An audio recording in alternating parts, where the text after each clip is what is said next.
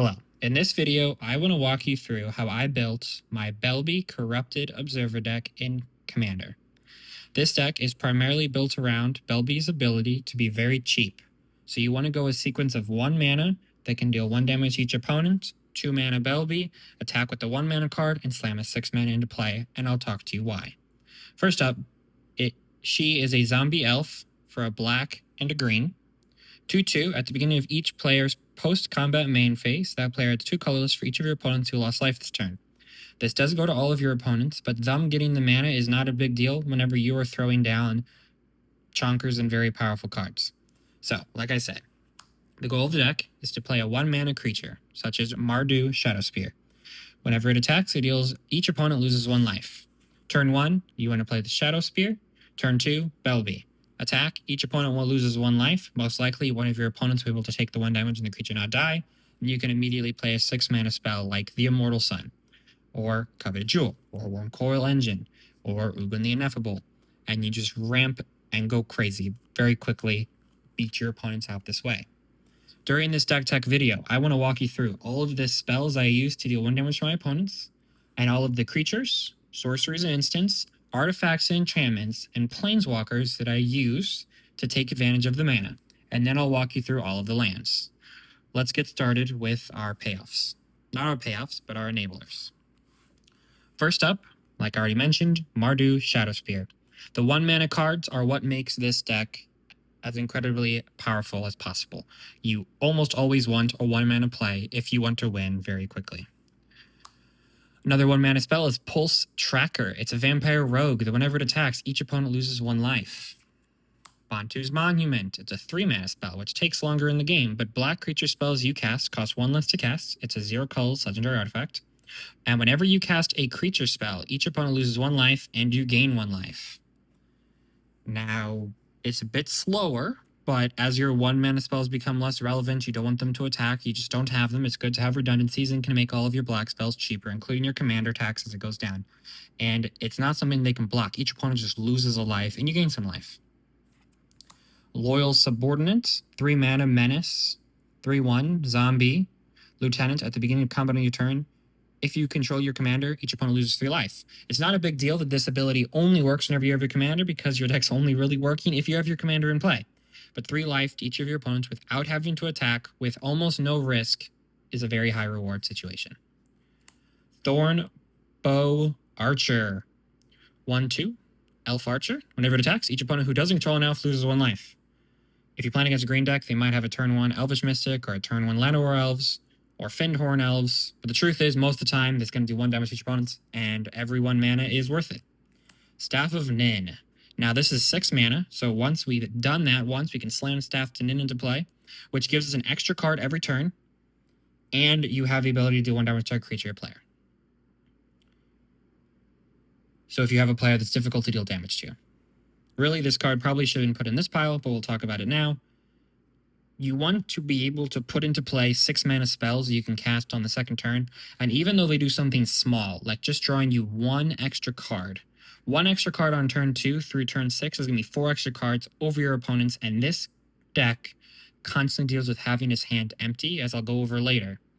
And you want to have cards that let you draw extra cards in there, and as a secondary fact, if you play too many big things too quickly, you will become the target of the table. On turn 4, if you have 3 Eldrazi in play, you will be the target of the table. And this is something that stays in play, it stays quiet, but builds up value, so you can go crazy in the late game and ensure dominance over the mid game without calling too much attention to yourself. Tiny Bone joins up. Whenever a legendary creature on his battlefield you control, each number of target players mill a card and lose a life. That's the part we care about. Turn 1, play this. Turn 2, Belby. You have your 6 mana without having to attack. Night Market Lookout. Each opponent loses 1 life and you gain 1 life. Throw Parasite. That extort ability. Whenever you cast a spell, you may pay 1 white or a black. When you do, each opponent loses 1 life and you gain 1 much life. Because the mana symbol is in the reminder text, it works. You can have the white card. You could have the card that has the white mana ability in your Belby deck. Whenever it attacks, each opponent loses 1 life. Tap for 1 life for each zombie in play. It's always going to be 1 while this creature's in play, 2 if you control your commander, but incidentally, you're playing against a deck that just has other zombies, plus some of the other cards we talked about in the beginning, like the Subordinate, happen to also be a zombie. Draw's Claw. It's an equipment. Whenever equipped creature attacks, each opponent loses 1 life, and it has living weapon. So turn 2, you get to play it. Turn 3, you can start attacking to get value. But you can also, in the later game, equip it onto things and get a lot of value that way. The Fragment enters battlefield tapped, but tap, add 1 mana of any color to your mana pool. Each opponent loses 1 life. Again, a way that you don't have to attack. And if any player has under 10 life, which can just incidentally happen, it can become, whenever it attacks, each opponent loses 2 life, which is just some value incidentally. But we primarily care about our ability to deal 1 damage without having to attack. The Swamp. Now this is a way to, in the lands, to get another instance of each opponent loses 1 life. Plus you can tutor it up with anything that gets a swamp, including our fetch lands, which I have every fetch land you can in the deck because you want to be having as good as mana as possible turn 1 and 2. Sanctum of Stone Veins. At the beginning of your pre-combat main phase, each opponent loses X life, and you gain X life, where X is the number of shrines you control. It's just 1. Damage time attack. Wood of Ambition. I have it in this pile. I think it's a little suspicious in this deck. I don't think it's the best card to play in this kind of build, but you might want to try it in your deck. And if you play it in yours, you let me know your thoughts on it. But the reason I don't love it is because your opponents can choose not to pay the life, not to lose the life, by discarding a card. Now, discarding a card and removing resources from play is always a good thing. Just feels a little like it's not perfect. And those are all of the enablers in our Belby deck. Now, here are some creatures we can use to take advantage of that 6+ mana. Worm Coil Engine, 6 mana, artifact creature, Phyrexian Worm, Death Touch and Lifelink. Whenever it dies, create a 3/3 colorless Phyrexian Worm artifact creature token with Death Touch and a 3/3 with Lifelink. It's 6 mana, just slam this into play, and you basically got a free creature. So you have to think about it. Again, how can we effectively take advantage of our 6 mana? And Worm Coil Engine is an oldie but a goodie that can do that for us. Wandering Archaic. 5 colorless, so take advantage of almost all of it. And every time your opponent casts in his sorcery spell, if they don't pay 2, you get to cast a copy. That is just very strong, going to build up a lot of value very quickly. And it has Explore the Vast Lands, which each player looks at the top 5 cards of their library, reveal a land and or instant and sorcery card from among them, puts the cards revealed his way into their hand, and the rest in the bottom of your library in a random order. Each player gains 3 life. If you desperately need a land, you can desperately get a land with it. But really, you're going to want to take advantage of the front ability. Kozilek, the Great Distortion. This does require you to have some extra mana in play. But as we'll see in the artifacts and enchantments section, we have a lot of ways of expensive mana rocks we get to play very cheap early that generate a lot of extra mana. And Kozilek refills your hand, has menace, and you can discard cards to counter spells. This deck will run out of cards in your hand really quickly because you have access to a lot of mana. This builds up at least 6 mana every single turn. Your hand will get dumped, and because we're not playing blue, we don't have great ways to draw cards, so we need to take advantage of as many as possible, and this is a great way to get back up to 7. And that being said, Sandstone Oracle, when it enters, choose an opponent. If that player has more cards in hand than you, draw cards equal to the difference. This takes up almost all of the mana. You just have to have 1 extra to refill to the highest player. And in theory, most games, there's a blue player that has a full hand. There's a counterspell player that has a full hand. There's a value generator player that has a full hand. Or there's a player that's been stuck on 2 lands for 7 turns, and they have a full hand. Platinum Empyrean. Your life total cannot change. It's a big dumb idiot you get to play, and 6 of it's free every turn, so that's great. Devourer of Destiny, 7 mana, so you only have to pay 1. You may reveal this card in your opening hand. If you do, at the beginning of your first upkeep, look at the top 4 cards of your library. You may put 1 of those cards back on top of your library and exile the rest. Whenever you cast a spell, whenever you cast this spell, exile target permanent 1 or more colors. So it's removal that's only 1 mana in addition to your turn, which is just very strong. Terastodon, you just have to pay the 2 green, and you can destroy any number of non-creature permanents and make them into 3/3 elephants. Now, you can hit lands with this. So if you do this early enough in the game, on turn 3 is the earliest you probably could do it. You could probably pull away with a turn 2, but on turn 3, you can blow up one of each of your opponent's lands and really set them back, especially if they have a 3-color deck and you just destroyed one of the only access to green, for example.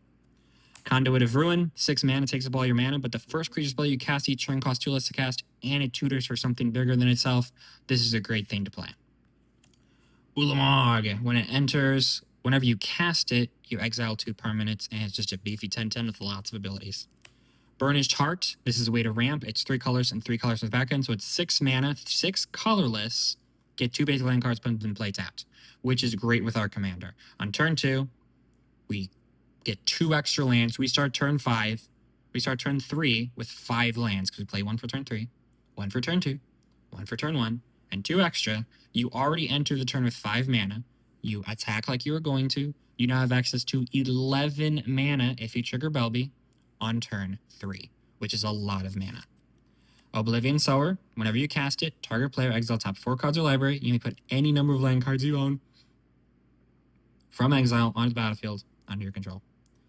Any number of land cards from exile, not just the top 4 you played. So if you're playing against a Prosper deck, or a deck that's constantly exiling things for value but doesn't get to cast or play all of the lands from it, you can take advantage of all those lands as built up over the game. Scrap Trawler, we have a lot of artifacts, and whenever one dies, we get something of lesser or equal value. Apex Devastator, Cascade, Cascade, Cascade, Cascade. Need I say more?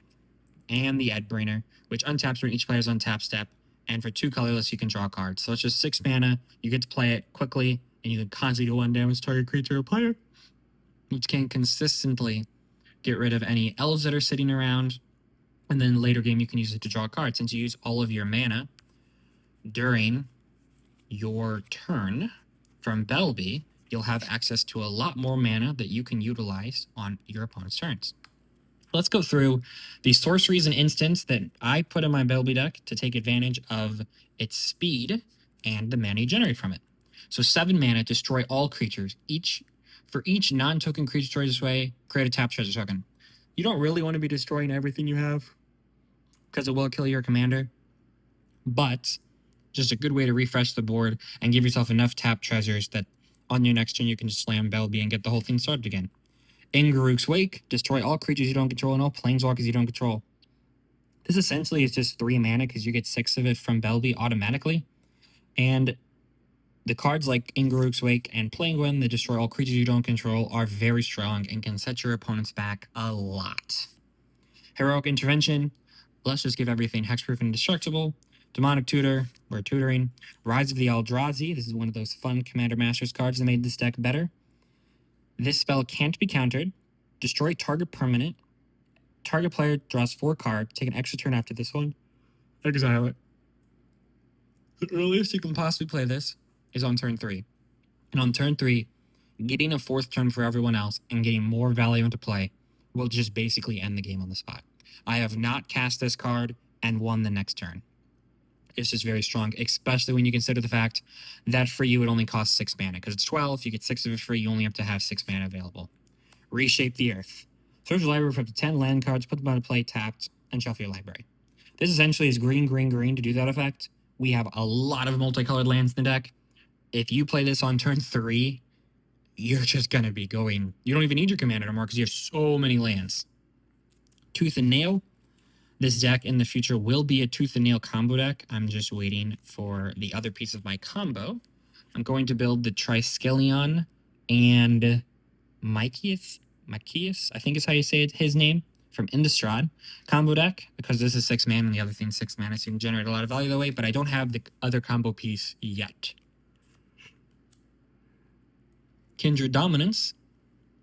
Choose a creature type. Destroy all creatures that don't have the chosen type.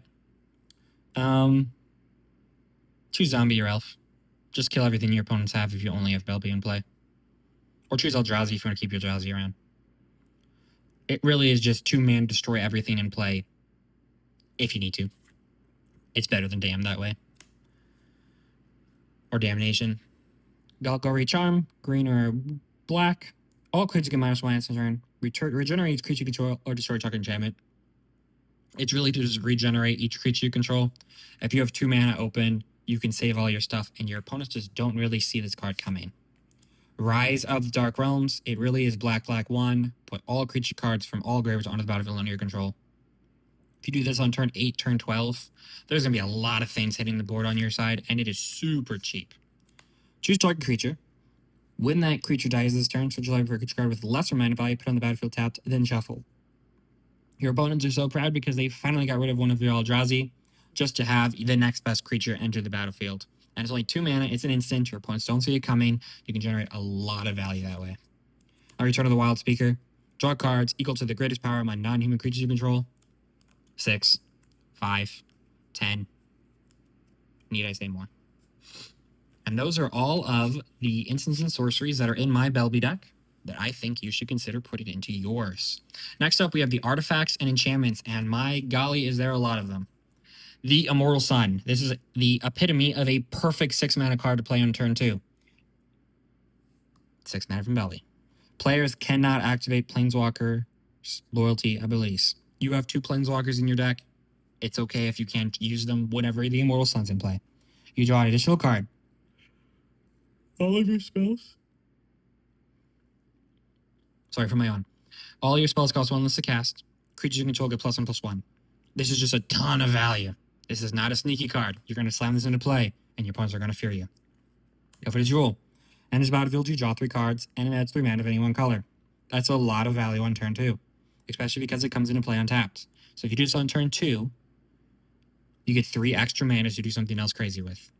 Whenever one of your creatures, whenever one of your opponents do damage to you, they get it. But you can just bounce it back and forth. Dreamstone Hedron. It's 6 mana, and it generates 3 mana every other turn for the rest of the game.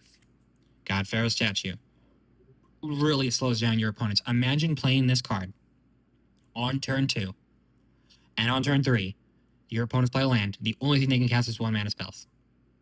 You will be the God Pharaoh. You will be the enemy. You will be the arch enemy. Everyone will team up against you. This card is just really strong on turn 2, turn 3, and even later in the game. It's just as the game goes on, its value decreases, but it's always super strong. College of Complete probably should have been in the creature pile because it's a living weapon card. It costs essentially 1 mana if you do it after you use your Belby ability. So after your post-combat main phase, if you deal 1 damage to your opponents. It's a 5/5, first strike, trample, indestructible, haste. And whenever it does combat damage to a player, exile that creature. Wow. Horizon Stone. You have extra mana here or there, and you want to keep the mana from Belby around. Horizon Stone's got you. Arcane Signet. Every deck, like I always say, every deck, Sense, Throne of Eldraine, should be playing Arcane Signet. Lightning Griefs. You want to give your Eldrazi haste, and you want to give your commander Shroud. Protection Racket. At the beginning of your upkeep, repeat the following process for each opponent in turn order. Reveal the top card of your library. That player may pay life equal to that card's mana value. If they do, exile that card, otherwise put into your hand. As you can see, all of your spells cost 6, almost all of your spells cost 6 mana or more. You're going to be dealing a lot of damage to your opponents. Soul Ring. Carpet of Flowers. You need mana very early and quickly in this deck, and so at the beginning of each of your main phases, if you haven't added mana with this ability's turn, you may add X mana of any one color, where X is the number of islands target opponent controls. This is going to give you a lot of colored mana very quickly and let you do all your things fast, because you need colored mana constantly in the beginning of the game. Stronic Resonator. You can copy the trigger ability because it's at the beginning of your post-combat main phase. You can copy that triggered ability. So you lose out on 2. So instead of you don't go from 6 to 12, you go from 6 to 10. If you already have 2 mana available, you go from 6 to 10, which is great. The Rhine Dynamo uses 4 of your mana, they give you 3 back. So if you use your Belby, you have 6, you play this, you have 2 left, you tap it, you have 5. So you can just use this and go immediately into something with only a 1 mana deficit. Skyclave Relic. We can always afford to kick it in this deck because we're always going to have 6 mana, and you get 3 indestructible artifacts that add mana of any color. Lithiform Engine can copy those triggered abilities again, get you from 6 to 10 mana. You can also copy instant sorceries you control, and you can copy permanent spells you control in the later game if you have the mana. Zendikar Resurgent. It's an enchantment. Whenever you tap a land for mana, add 1 mana of any to your mana pool that land produced. Whenever you cast a creature spell, draw a card. Your deck will run out of cards very quickly. Because you have so much mana, you'll be able to cast your stuff super, super quickly. The sleeve got damaged somehow. That's interesting. But you'll be able to double the mana you generate even whenever you don't have Belby in play, and whenever you cast a creature play, you can resprill your hand a little bit. Up the Beanstalk, play it early and generate a ton of value in the late game because all of your spells cost 5 or less. Everflowing Chalice, we're always going to multi-kicker it at least 3 times, and it's going to add colors for each charge counter, which is almost always going to be at least 3.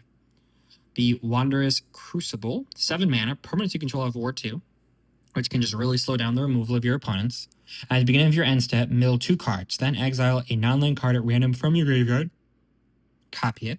You may cast the spell without paying its mana cost. You think you just get a second life, and that's great. Plus, on turn 3, you can play this because you'll have the 6 mana from Belby and 1 mana extra left over, and you just really slow down your opponent's dealing direct removal or damage to your stuff. Hedron Archive, 4 mana, you're able to play it super easily, add 2 colorless, and then later you can crack it to draw cards if you need it. Gilded Lotus, again, with Belby, you get 6, you can use this, tap it, you'll have 4 left over, because you have 1 colorless left from the 6 to cast 5/3, so you have 4 mana. You can go into anything else. Like Gilded Lotus into Hedron Archive is great. Nexus of Becoming from the Outlaws of Thunder Junction set. At the beginning of combat on your turn, draw a card. Then you may exile an artifact creature card from your hand. If you do, create a token as a copy of it, except for it's a 3/3. Just get extra value and draw extra cards. And that's a May ability, so you could just use it to draw a card at the beginning of each combat. Or you can use it to get things into ability with really strong abilities and make them 3/3s. And the Inner Sun is 6 colorless, and for the rest, every turn, the end of your turn, you get to discover 5. Just get a free value every turn. Free spell. And your stuff can't be countered. Suck up blue decks.